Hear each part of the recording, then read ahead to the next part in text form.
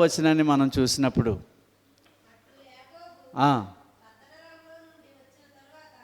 యాకోబు పద్దనరాము నుండి వచ్చిన తరువాత కనాను దేశంలోనున్న షెకెము అను ఊరికి ఎలాగా సురక్షితముగా వచ్చి అనే మాటను మనం చూస్తున్నాం. ఎక్కడికి వచ్చాడంట? పద్దనరాము నుండి కానాను దేశంలోని షెకెము అనేటువంటి ఊరికి క్షేమంగా వచ్చి అక్కడ ఊరి ముందర గుడారము వేసుకొని నివసించడం మనం చూస్తున్నాం. గమనించండి, తన ప్రయాణం అంతటిలో క్షేమాన్ని చూశాడు.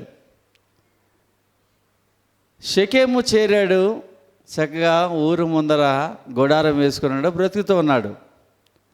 అయితే సర్వసాధారణంగా మనం ఎక్కడికైనా వెళ్ళినప్పుడు ఆ ఊరిలో ఏమైనా వింతలు ఉన్నాయా, విశేషాలు ఉన్నాయా అని చూడాలనే ఆలోచన వస్తూ ఉంటుంది కదా ఎవరికైనా.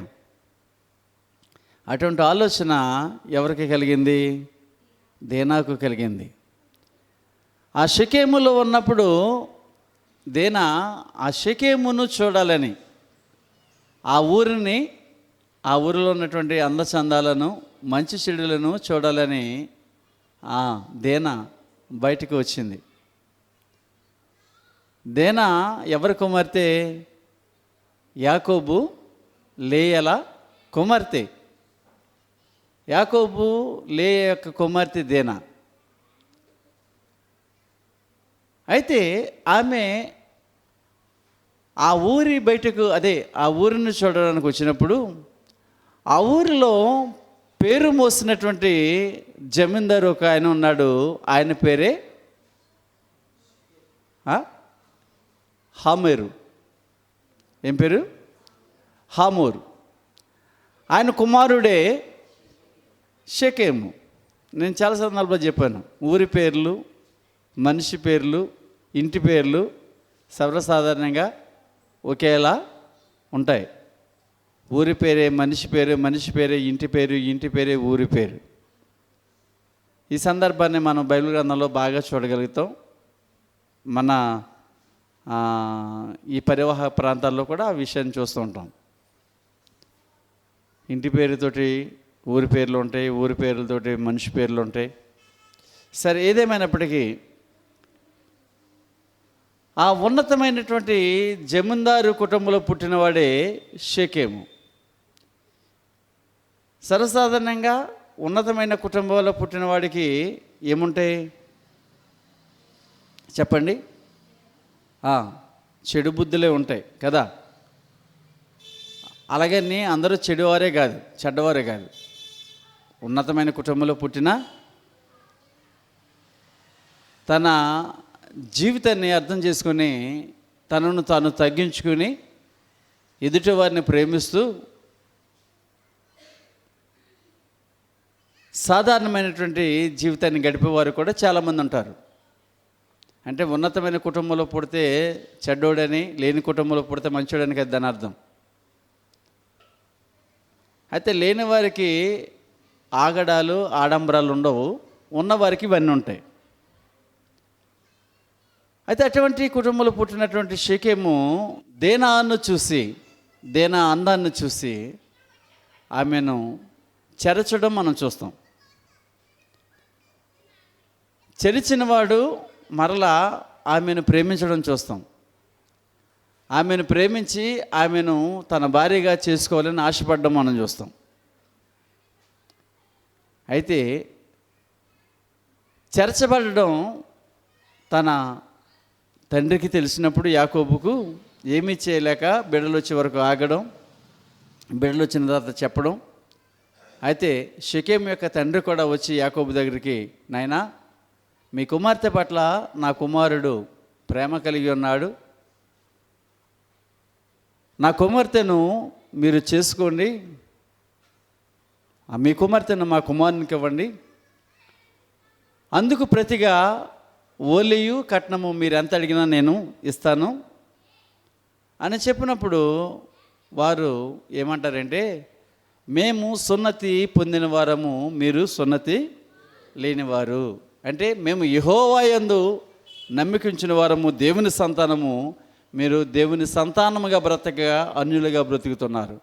కాబట్టి మీకు మాకు సాంగత్యం కుదరదన్నప్పుడు, ఒకవేళ సాంగత్యం కుదరాలంటే మీరు కూడా మావలే సున్నతి పొందాలన్నప్పుడు వారు ఆ మాటకు ఇష్టపడి అనేక మంది ఆ ఊరి గవని ద్వారా, ఆ ఊరి గవనిని దాటడం ద్వారా సున్నతి పొందినట్లుగా మనం చూస్తాం. అంటే ఆనాటి కాలంలో సున్నతి పొందడం కూడా అదొక పద్ధతి. అంటే సున్నతి పొందడానికి చాలా రకాల పద్ధతులు బైబిల్ గ్రంథంలో మనం చూస్తుంటాం. అంటే ఆ ఊరి గవని దాటుడు ద్వారా సున్నతి పొందినట్లుగా మనం చూస్తాం. అయితే వారు సున్నతి పొందినప్పటికీ తన చెల్లి పట్ల చేసినటువంటి అత్యాచారము, ద్రోహం ఏదైతే ఉందో అది ఎవరు జీర్ణించుకోలేకపోయారు? చెప్పండి, ఎవరు జీర్ణించుకోలేకపోయారు? సహోదరులు. ఎవరు వారి పేరు? షిమ్యోను, లేవి. షిమ్యోను తట్టుకోలేక లేవిని ప్రేరేపించాడు. ఏమని? మన చెల్లిని చెరిచిన వాడు భూమి మీద బ్రతకడానికి వీలు లేదు. అది ధర్మశాస్త్రము చెప్పినటువంటి ఆజ్ఞ. ఏంటంటే పంటికి పన్ను, కంటికి కన్ను. శిక్షా విధికి కారణమైనప్పుడు వాడిని శిక్షించాలి. అది ధర్మశాస్త్రం చెప్పినటువంటి నీతి. అయితే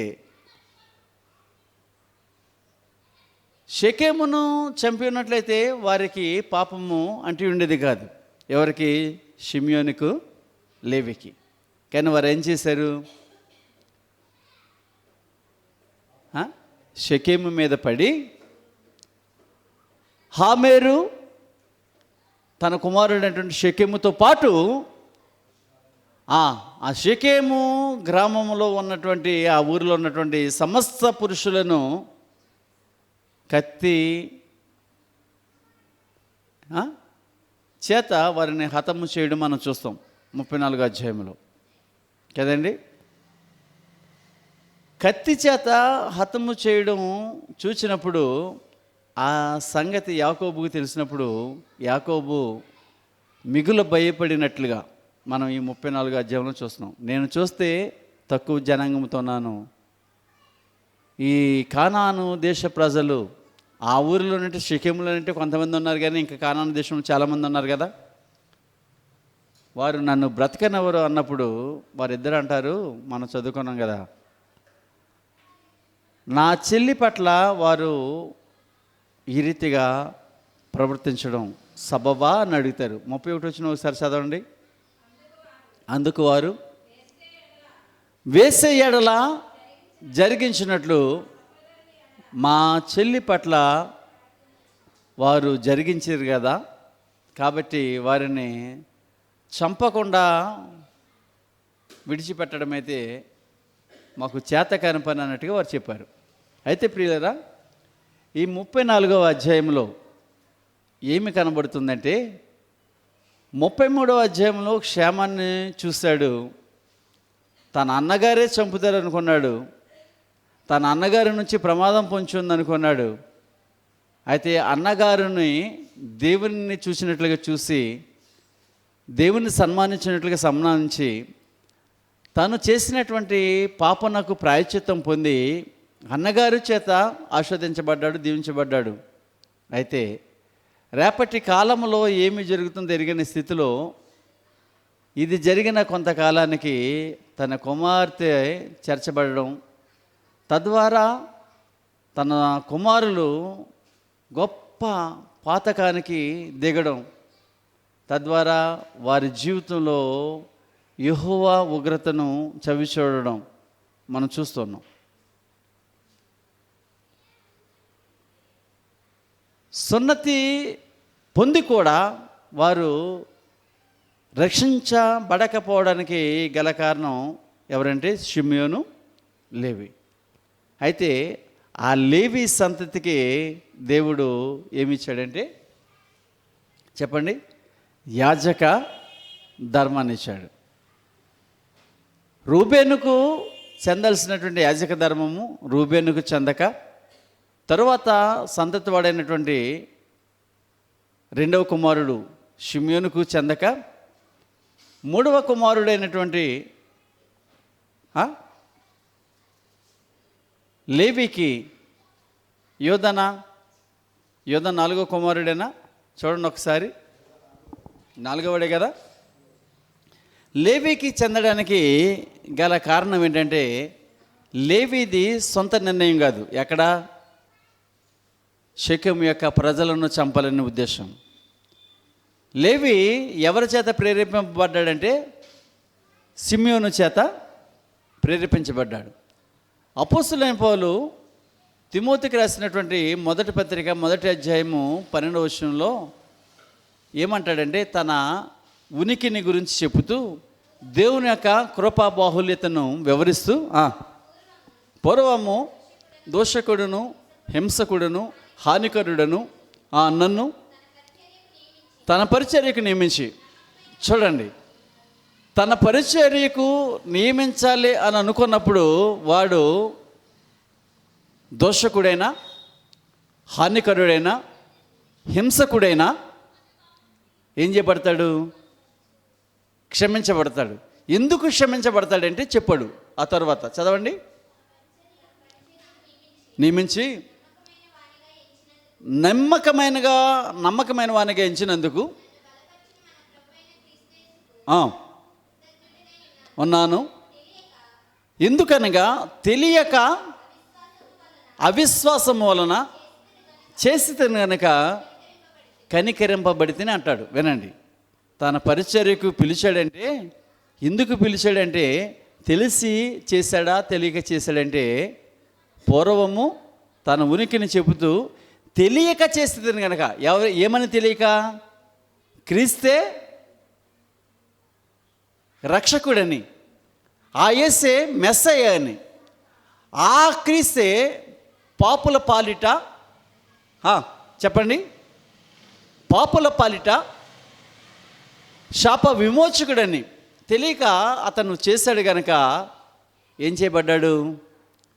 కనికరించబడ్డానంటాడు.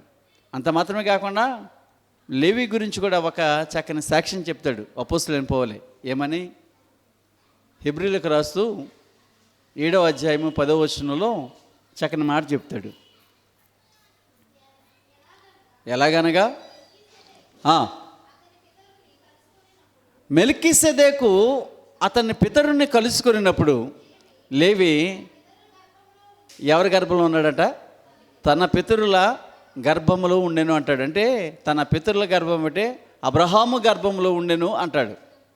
కలుసుకున్నప్పుడు మెల్కీసెదెకు అనగా షాలేము రాజు, నీతికి అధిపతి, ఆయన్ని క్రీస్తు. 14వ అధ్యాయంలో తన తమ్ముడైనటువంటి అబ్రహాము తమ్ముడు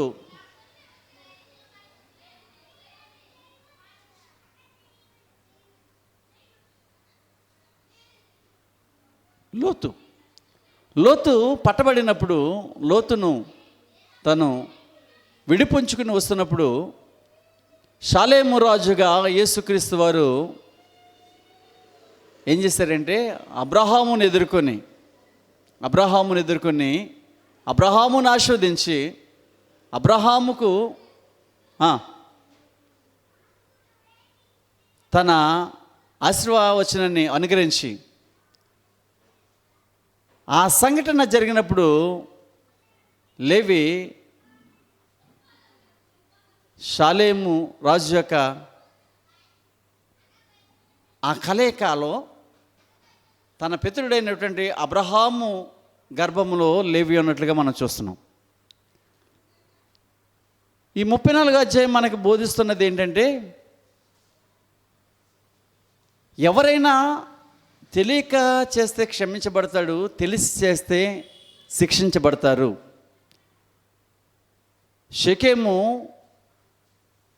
కావాలని పాపం చేశాడు. నిజంగా అతను చేయాల్సింది ఏంటంటే, నిజంగా ఆమె పట్ల ఇష్టము కలిగి ఉన్నట్లయితే తన తల్లిదండ్రులతోనూ ఆమె తల్లిదండ్రులతో మాట్లాడి ఆమెను పెళ్లి చేసుకోవాలి. కానీ చెరచడం అనేది ఒక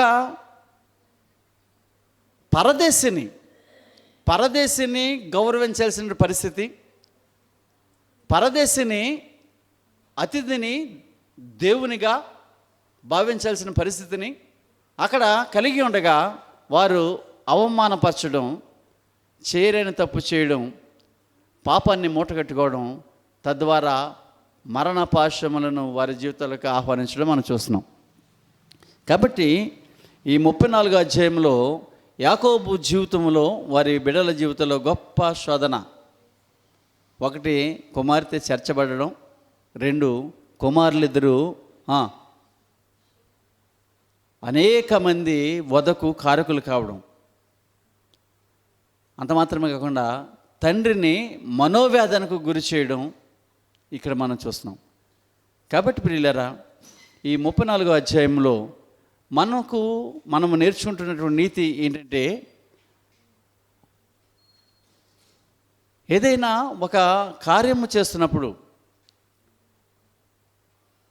ఆ యొక్క కార్యం యొక్క స్థితిని, దాని ఉనికిని, దాని పర్యావసనాన్ని మనము పరీక్షించవలసిన వారము, ఆలోచించవలసిన వారమై ఉన్నాము. ఆ రీతిగా దుందుడుకు స్వభావంతో చేసినట్లయితే మన జీవితాలు చేటునకే దారి తీస్తాయి.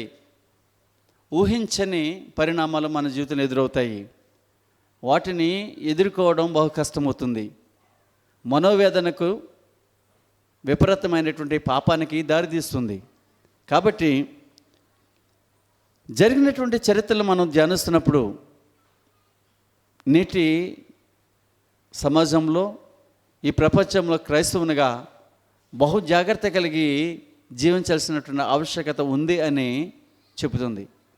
కాబట్టి ఈ 34వ అధ్యాయాన్ని మనం ధ్యానిస్తున్నప్పుడు యాకోబు ఆశీర్వాదానికి కారణభూతుడైనప్పుడు కూడా తన జీవితంలో జరిగినటువంటి ఎత్తు పల్లాలను మనం ధ్యానించినప్పుడు మనం కూడా బహు జాగ్రత్త కలిగి దేవుని సన్నిధిలో నిందారహితులుగా జీవించాల్సినటువంటి ఆవశ్యకత మనకు ఉందని ఎరిగి ఆ రీతిగా ప్రభు సన్నిధిని బ్రతకడానికి ఇష్టపడదాం. అటు కృప దేవుడు మనందరికీ దయచేయునుగాక. సమస్త